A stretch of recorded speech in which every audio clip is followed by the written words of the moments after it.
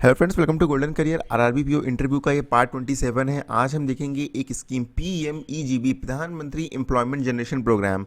बहुत इंपॉर्टेंट है आपके इंटरव्यू पॉइंट ऑफ व्यू से। क्यों? क्योंकि रिलेटेड है लोन से। क्या स्कीम है, इस स्कीम में क्या होता है, किन लोगों को लोन मिलता है, कितनी सब्सिडी मिलती है, नोडल एजेंसी कौन है, ऑब्जेक्टिव कौन है, मतलब सॉरी ऑब्जेक्टिव क्या है, एलिजिबिलिटी क्राइटेरिया क्या है लोन मिलने का, है ना, मैक्सिमम कितना लोन दे सकते हैं इस स्कीम के अंतर्गत, एजुकेशन क्वालिफिकेशन कितनी ज़रूरी है अगर कोई लोन लेने आ रहा है, मार्जिन मनी कितनी देनी है जो लोन लेगा, रिपेमेंट का टेन्योर कितना होता है, ठीक है, मोरेटोरियम कितना मिलेगा, ये सब चीज़ें, एंड सिक्योरिटी हम क्या लेंगे, ये सारी की सारी चीज़ें हम इस वीडियो में देखेंगे। बहुत इंपॉर्टेंट है आपके इंटरव्यू के लिए। चलिए अगेन, वीडियो अगर आप हमारी क्लासेस ज्वाइन करें हैं तो प्लीज़ अपना अकाउंट लॉगिन करके देखिए ताकि पूरी वीडियो आप एक साथ देख पाएँ। एंड इंटरव्यू क्लासेस हमारी ज्वाइन करने के लिए वीडियो के डिस्क्रिप्शन बॉक्स में लिंक दिया हुआ है, फटाफट ज्वाइन करिए क्लासेस और यहाँ पर हमारी वीडियोस देखिए और इंटरव्यू की तैयारी करिए। दोस्तों, इंटरव्यू की तैयारी के लिए आपको इतने कम पैसे में इससे अच्छी क्लासेस कहीं नहीं मिलने वाली हैं। 199 रुपीज़ में हम पूरी इंटरव्यू की प्रिपरेशन करवा रहे हैं। प्लीज़ लिंक चेक करिए वीडियो के डिस्क्रिप्शन बॉक्स में। चलिए स्टार्ट करते हैं हम।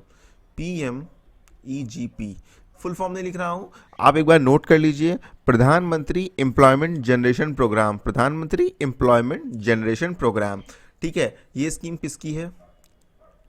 सेंट्रल गवर्नमेंट की स्कीम है। ठीक है, देखिए 2008 में इंडिया के पास हुआ करती थी दो स्कीम्स। कौन सी? एक थी प्रधानमंत्री रोजगार योजना, ये जे है, सॉरी, रोजगार योजना। ठीक है, एक और होती थी रूरल एम्प्लॉयमेंट जनरेशन प्रोग्राम। इन दोनों स्कीम्स को मिलाकर एक नई स्कीम बनाई गई जिसको नाम दिया गया PMEGP, प्रधानमंत्री एम्प्लॉयमेंट जनरेशन प्रोग्राम।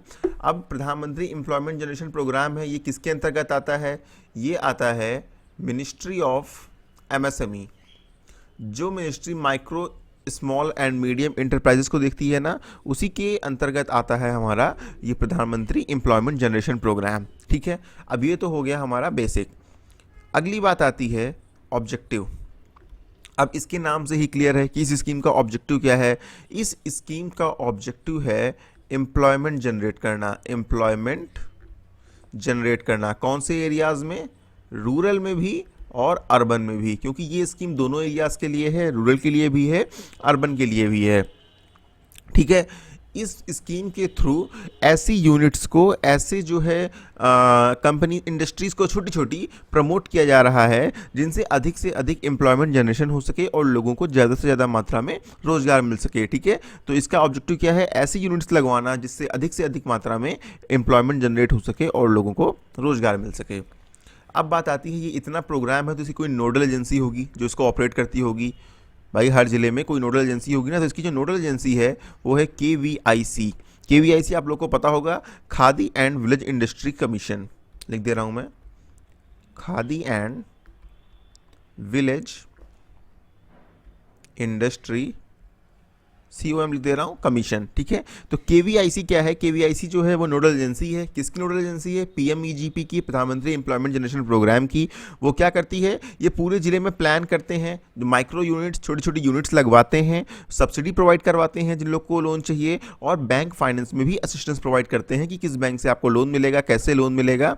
ठीक है, एक बेसिकली हर जिले में KVIC की एक टास्क फोर्स होती है। ठीक है, जो क्या करते हैं, ट्रेनिंग भी देते हैं कि आप PMEGP के अंतर्गत यूनिट्स को इस्टेब्लिश करिए और यूनिट्स लगाइए, खुद भी कमाइए और लोगों को भी रोजगार दीजिए। ठीक है, ये बात हो गई हमारी PMGP की बेसिक जो आपके इंटरव्यू में पूछी जा सकती है कि नोडल एजेंसी कौन है, कौन ट्रेनिंग देता है। KVIC ट्रेनिंग देता है।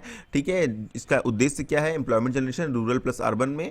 पहले क्या कोई स्कीम नहीं थी? पहले ये दो स्कीम्स थी, इन दोनों को मिला के बनी। किस मिनिस्ट्री के अंतर्गत आता है? मिनिस्ट्री ऑफ MSME के अंतर्गत आता है। अब हम देखते हैं आगे की मेन बैंक से रिलेटेड चीज़ें जो आपको हैंडल करनी है। ठीक है, मतलब लोन।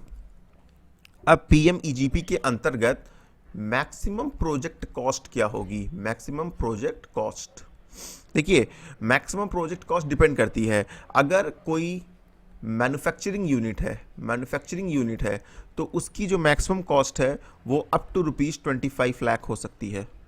ठीक है, लेकिन अगर कोई सर्विस सेक्टर में कुछ करना चाह रहा है, सर्विस सेक्टर, तो उसकी जो मैक्सिमम लोन होगी, मैक्सिमम प्रोजेक्ट कॉस्ट होगी वो 10 लाख रुपीज़ होगी।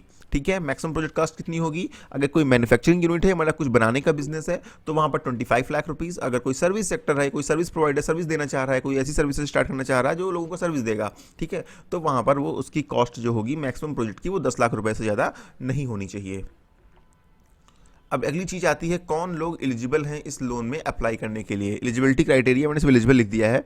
ठीक है, कोई भी, देखिए आप मतलब इंडिविजुअल, कोई ट्रस्ट हो, गड़बड़ हो गया ये, कोई ट्रस्ट हो, कोई एसएचजी हो, ठीक है, एसएचजी सेल्फ हेल्प ग्रुप हमने बताया था, ठीक है, कोई कोऑपरेटिव सोसाइटी हो एंड कोई इंस्टीट्यूशन हो, सारे जो हैं लोन के लिए एलिजिबल हैं। किसके अंतर्गत? पीएमईजीपी के अंतर्गत, प्रधानमंत्री एम्प्लॉयमेंट जनरेशन प्रोग्राम के अंतर्गत।